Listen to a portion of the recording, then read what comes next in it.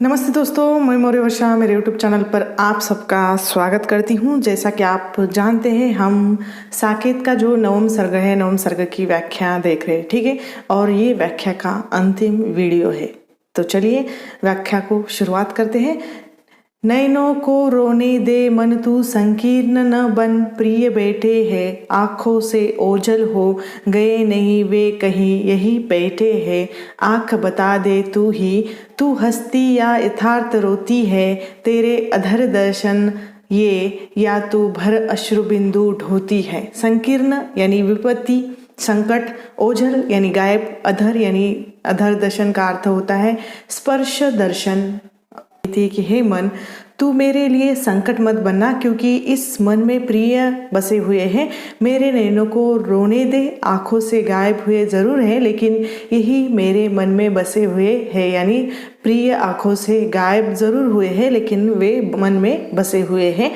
हे आँख, तू ही बता दे, तू हंसती या अभी रो रही है, तेरे इस अधर दर्शन यानी स्पर्श दर्शन से या भरकर अश्रुबिंदु तुम धोती रही हो क्या? ऐसा प्रश्न उन आँखों से यहाँ उर्मिला कर रही है, ठीक है। आगे की जो पंक्तियाँ है वह इस तरह है। सखिए जाओ तुम हंसकर भूल, रहूं मैं सूद करके रोती, तुम्हारे हंसने में है फूल, हमारे रोने में है मोती, मानती हूँ तुम मेरे साध्य, अहर्निशी एकमात्र आराध्य, साधिका मैं भी किंतु अवाध्य, जागती हो या सोती, तुम्हारे हंसने में है फूल, हमारे रोने में मोती, सफल हो सहज तुम्हारा त्याग, नहीं निष्फल मेरा अनुराग, सिद्धि है स्वयं साधना भाग, सुधा क्या क्षुधा जो न होती, तुम्हारे हंसने में है फूल, हमारे रोने में है मोती, काल की रुके न चाहे चाल, मिलने से बड़ा विरह का काल, वहाँ लय यहाँ प्रलय विकराल, दृष्टि में है दर्शनार्थ धोती, तुम्हारे हंसने में है फूल, हमारे रोने में है मोती। अब इसमें जो कवि कहना चाहते हैं, साध्य का अर्थ यहाँ पर जिसकी साधना की जाए, अहर्निशी यानी दिन रात, अबाध्य यानी अबाध्य का अर्थ होता है बाधा विहीन, निष्फल यानी व्यर्थ, क्षुब्धा यानी भूख, काल यानी समय, प्रलय का अर्थ होता है उद्वेलन, ठीक है।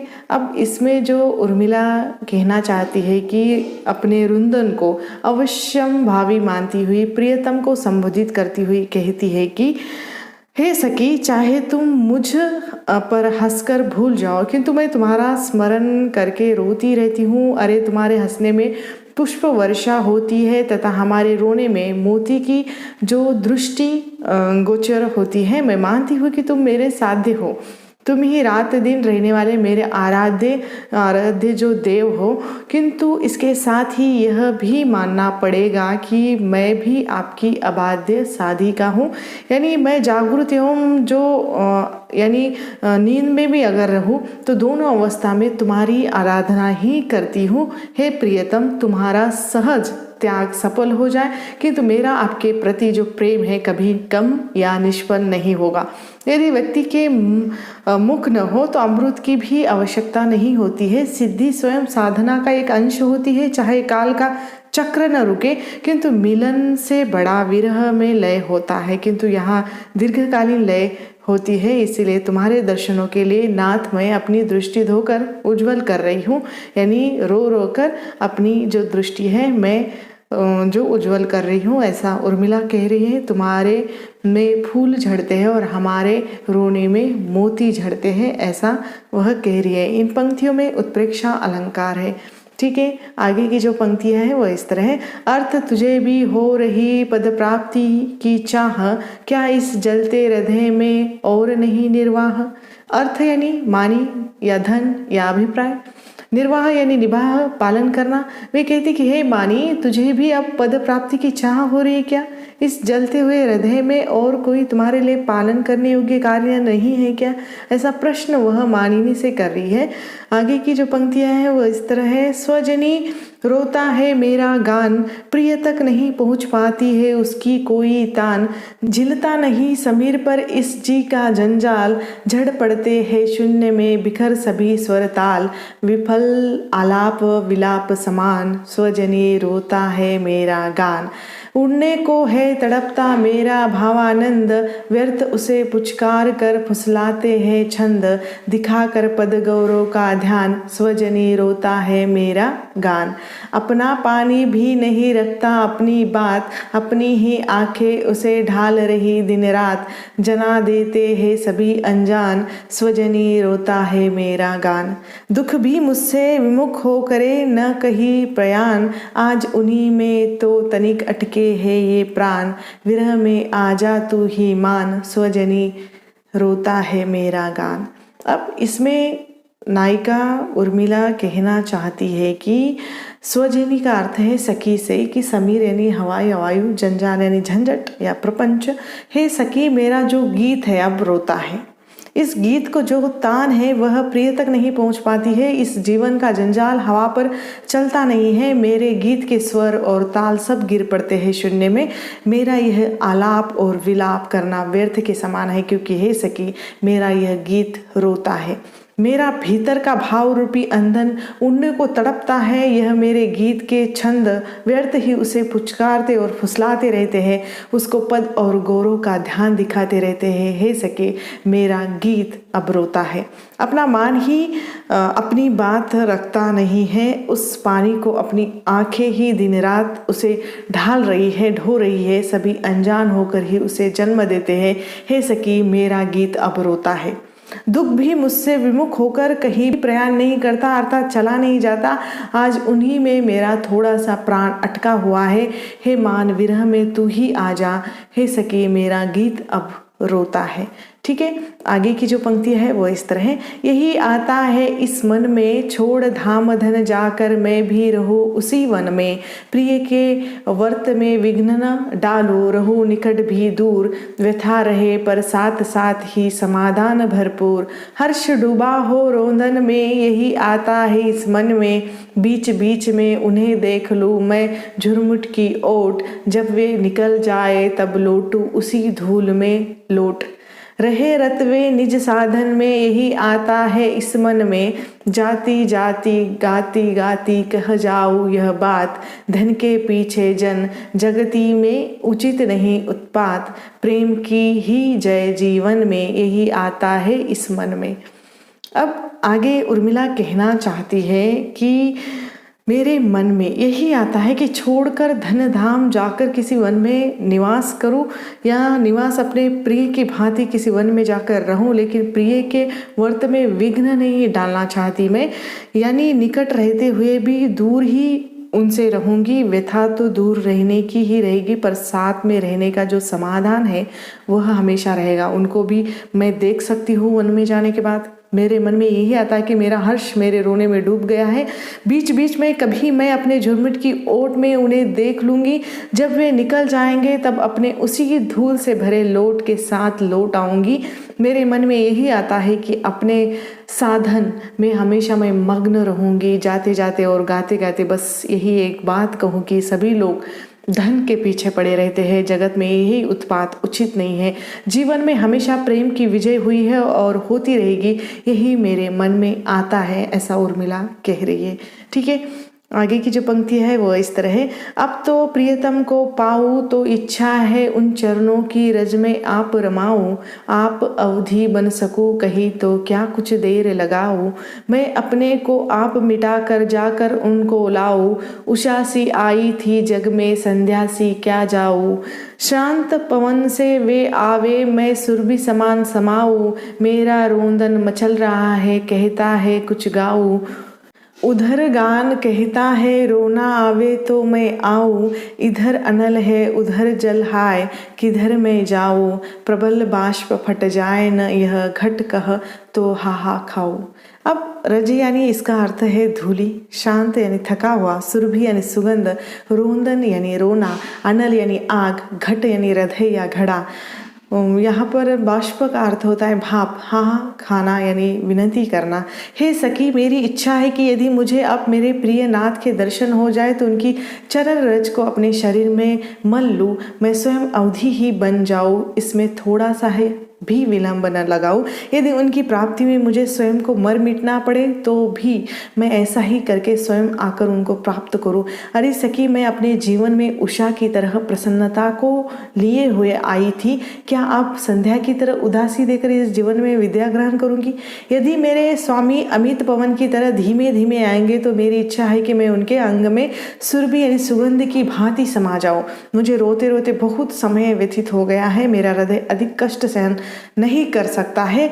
वह चाहता है कि मैं कुछ गाऊं, किंतु गान कहता है कि रोना आने पर ही गाया जा सकता हूँ। मेरी परिस्थितियाँ विषम है, मुझे इधर अनल और उधर जल, इन दोनों ही कष्टप्रद वस्तुओं का सामना करना पड़ रहा है। यानी मैं क्या करूँ? मैं प्रार्थना करती हूँ कि मेरे हृदय में विरहानल एवं नेत्रों में अश्रु जल बह रहे हैं, कहीं गर्म भाप मेरा हृदय न फट जाए। यानी यहाँ पर गर्म बाष्प का अर्थ है गर्म भाप से इसका जो हृदय है उर्मिला का न फट जाए, ऐसा वह कह रही है। ठीक है, आगे की जो पंक्तियाँ हैं वो इस तरह है।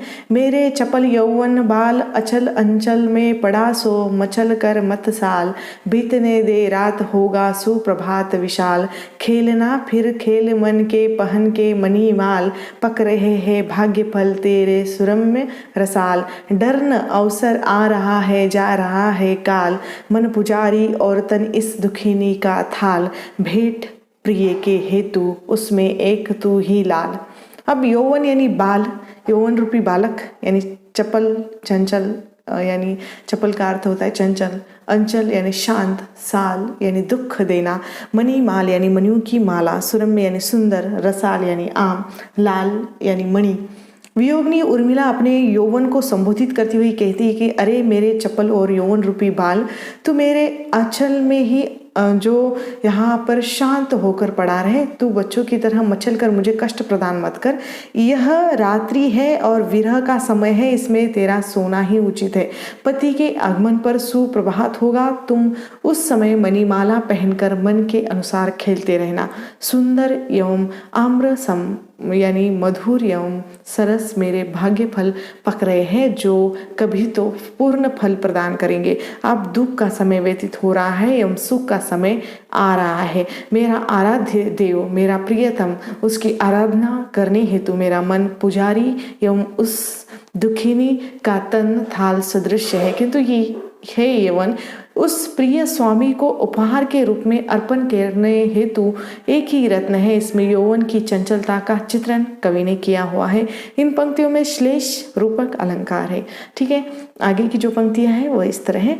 रस पिया सकी नित्य जहाँ नया, अब अलंभ्य वहाँ विष हो गया, मरण जीवन की यह संगिनी, बन सकी वन की न विहिंगिनी, सखी यहाँ सब और निहार तू, फिर विचार अतीत विहार तू, उदित से सब हास विलास है, रुदित से अब किंतु उदास है, स्वजनी पागल भी यदि हो सकूं, कुशल तो अपनापन खो सकूं, शपथ है उपचार न कीजियो, अवधि की सूदी ही तुम लीजियो, बस इसी प्रिय कानन कुंज में, मिलन भाषण के स्मृति पुंज में, अभय छोड़ मुझे तुम दीजियो, हसन रोदन से न पसीजियो।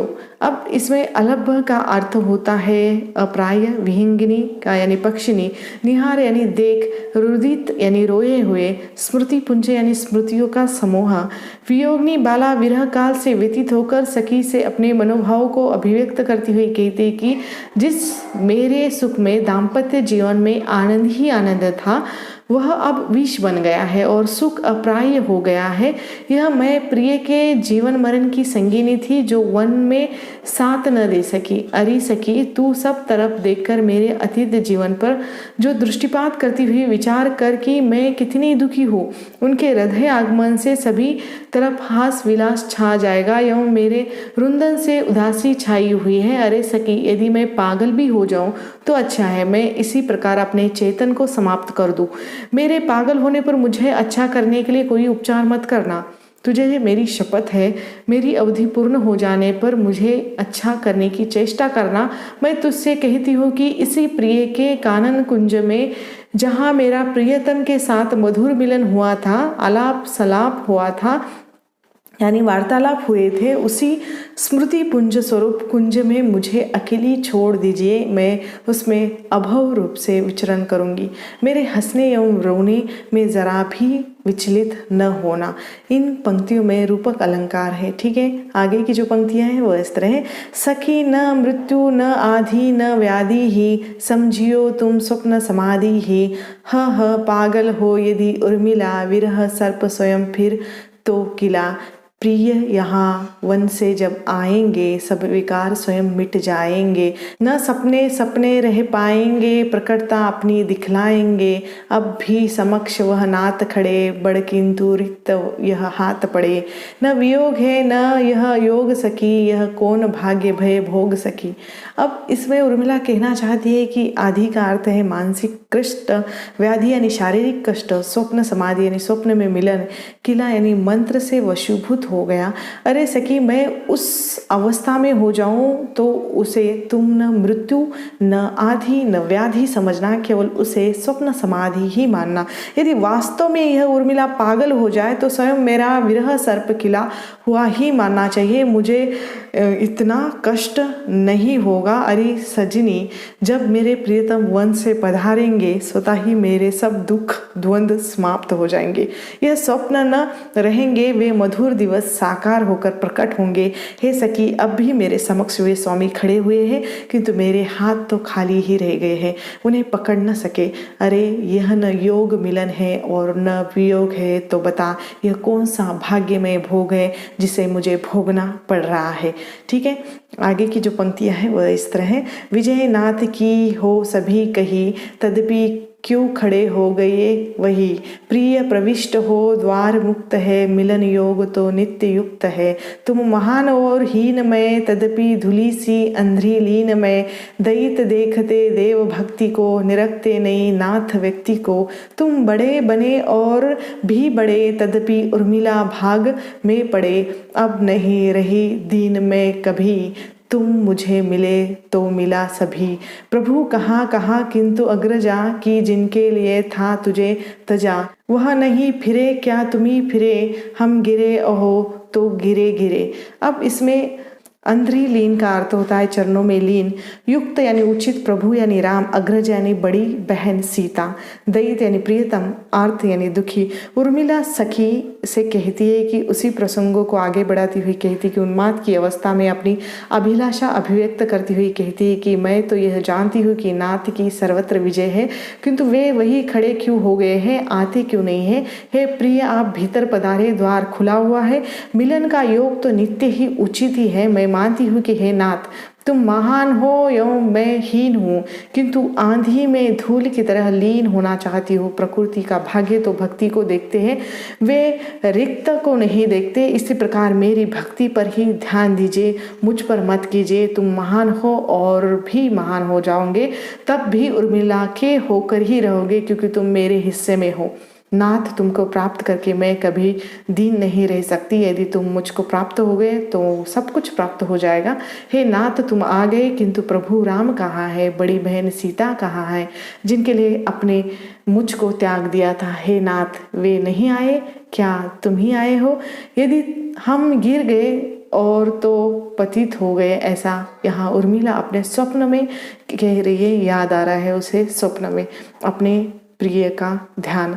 ठीक है, अब आगे की जो पंक्तियां हैं वह इस तरह है।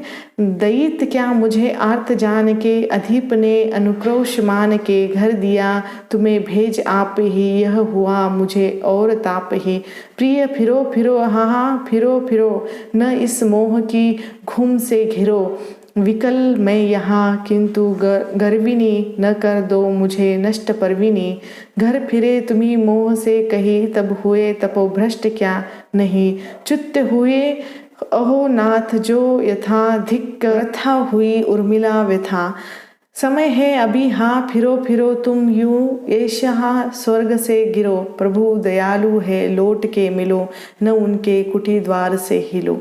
अब आगे उर्मिला कह रही है कि अधिप यानी राजा अर्थात राम, अनुक्रोश का अर्थ होता है दया या घूम चक्कर, विकल यानी व्याकुल, नष्ट प्रवीण यानी नष्ट यश वाली, च्युत यानी भ्रष्ट, यश स्वर्ग यानी यश रूपी स्वर्ग। हाँ भाग्य क्या विरह से मुझे इतना व्याकुल जानकर प्रभु राम ने मेरा प्रलाप मानकर आपको घर भेज दिया है, ऐसा उर्मिला स्वप्न में अपने प्रिय से पूछ रही है। यदि ऐसा हुआ तो मुझे विरह ताप से भी अधिक संताप होगा। हे नाथ, तुम वापिस वन लौट जाओ, मेरे मोह के चक्कर में मत घूमो। यद्यपि मैं विकल हूँ तथा गर्विणी हूँ, मुझे भ्रष्ट गर्विणी मत बनाओ। यदि नाथ तुम स्वतः मेरे मोह के कारण घर वापस आ गए हो तो तुम तपोभ्रष्ट हो गए। यदि नाथ इस प्रकार तुम कर्मच्युत हो गए हो तो मेरी यह साधना व्यर्थ हुई, मुझे धिक्कार है। अब भी समय है नाथ, तुम वापस चले जाओ। तुम इस प्रकार यश के स्वर्ग से मत गिरो, प्रभु राम दयालु है, लौटकर उनसे मिल जाओ। ऐसा यहाँ पर उर्मिला अपने पति को कह रही है। इन पंक्तियों में विप्सा अलंकार है। ठीक है, आगे की जो पंक्तियाँ है वह इस तरह है। बिरस्ता नहीं न्याय भी दया, बस रहो प्रिय जान में गया, तुम अधीर हो तुच्छ ताप में, रह सकी नहीं आप में। न उस धूप में और मेह में तुम रही यहाँ राजगेह में, विदित क्या तुम्हें देवी क्या हुआ, रुधिर स्वेद के रूप में छुआ, विपिन में कभी सो सकान में, अधिक क्या कहूँ रो सकान में। वचन ये पुरस्कार में मिले, आह उर्मिले हाय उर्मिले, गिन सको गिनो शूल जो चुभे, सहज है समालोचना शुभे, कठिन साधना किंतु तत्व की, प्रथम चाहिए सिद्धि सत्व की।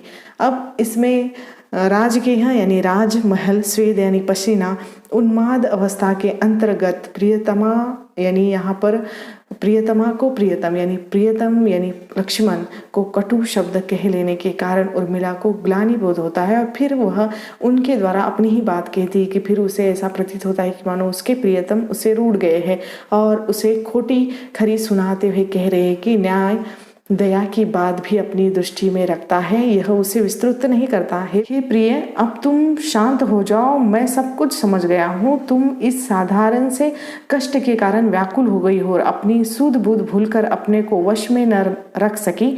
ऐसी बात हम लोगों को शोभा नहीं देती। तुम मेरी तरह प्रकाश के नीचे वन में धूप तथा वर्षा में नहीं रही और न ही राजा प्रसाद के सुख साधनों रहित रही। हे देवी, तुम्हें कुछ पता भी है कि मेरे साथ कैसे ये काल बीता है। मेरा रक्त पसीने के रूप में बहता रहा। वन में मैं कभी भी तनिक न सो सका। मैं अधिक और क्या कहूँ, मैं तुम्हारी तरह रोकर व्यथा को व्यक्त भी न कर सका।